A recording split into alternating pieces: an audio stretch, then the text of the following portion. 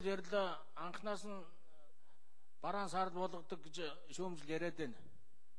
Би бол эхлээд сөрөг зүйлийг ярих ёстой гэж би хувьдаа бодож байгаа.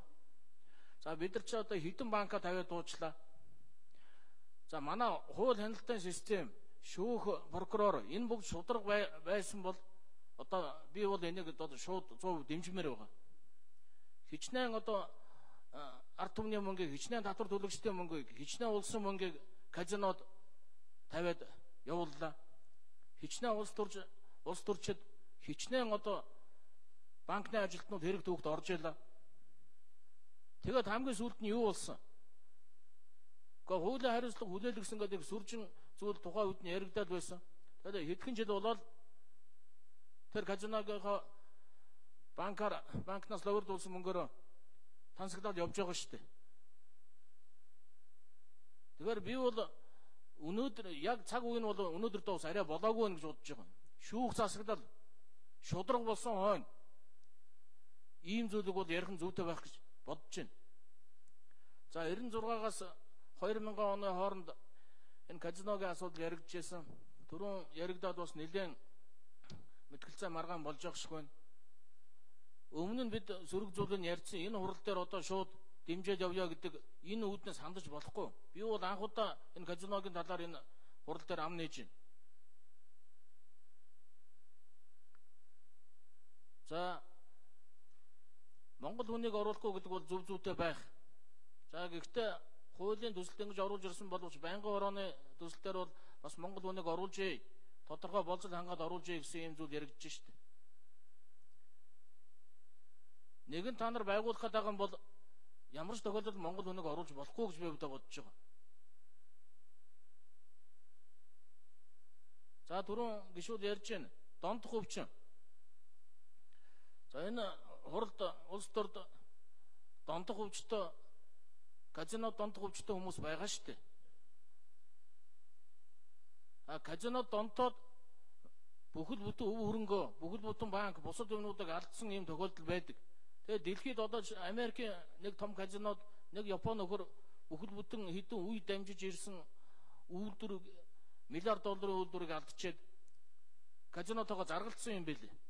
Намайг энэ казино донтуулсан, би донтсон өвчтөй байж. Тийм тохиолдол гарч ирлээ гэж бодоход хуулийн ямар зохицуулт байх юм? За өнөөдөр казиногийн хуулийг оруулж ирж байна.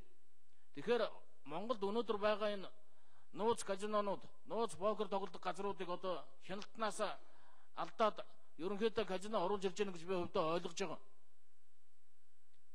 Цаашид хэрвээ Монгол хүнийг тоглоулахгүй маань гэхэд Монгол улсад энэ нууцаар ажиллаад байдаг энэ казинонууд байх юм уу, байхгүй юм уу, хяналтаа тавьж чадах юм уу, үгүй юм уу гэдэг ийм асуудал бас байгаа шүү.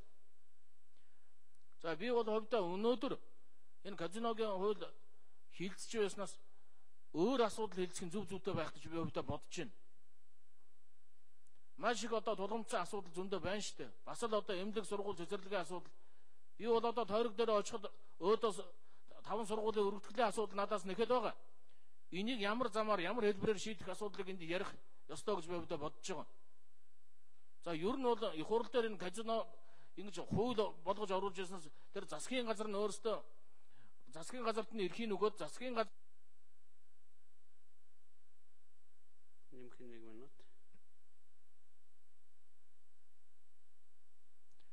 Казиногийн хуулийн дэндүү нарийн жижиг асуудал их хурл ороод байна шүү. Их хурлын гишүүд бидэнд арай том, арай ач холбогдолтой илүү чухал асуудал шийдэх юм асуудлууд байгаа шүү.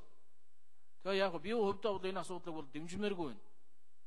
Дахиад одоо хэдэн хүн гэр орон байшин саваа тавьж хэдэн банкыг дампууруулах болов би бол одоо тийм сөрөг зүйл гарах болов гэж би хувьдаа санаа зовж байгаа. Тэгээ яг одоо олонхороо шийддэг юм байгаа үз.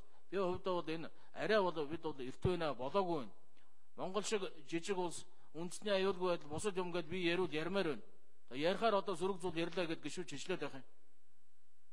Ер нь бол өнөөдөр нууцаар тоглож байгаа их хурлын гишүүд ч байна, бизнесмэнүүд ч байна. Хуулиа хаана хэрэгжүүлэхгүй байгаа шүү дээ. Тэгээд одоо тийм том зүйл оруулаад ирдэг ямар сөрөг үр дагавар гарахыг би бол одоо хэлж мэдэхгүй байна. Энэ бол одоо ноцтой бид ганцхан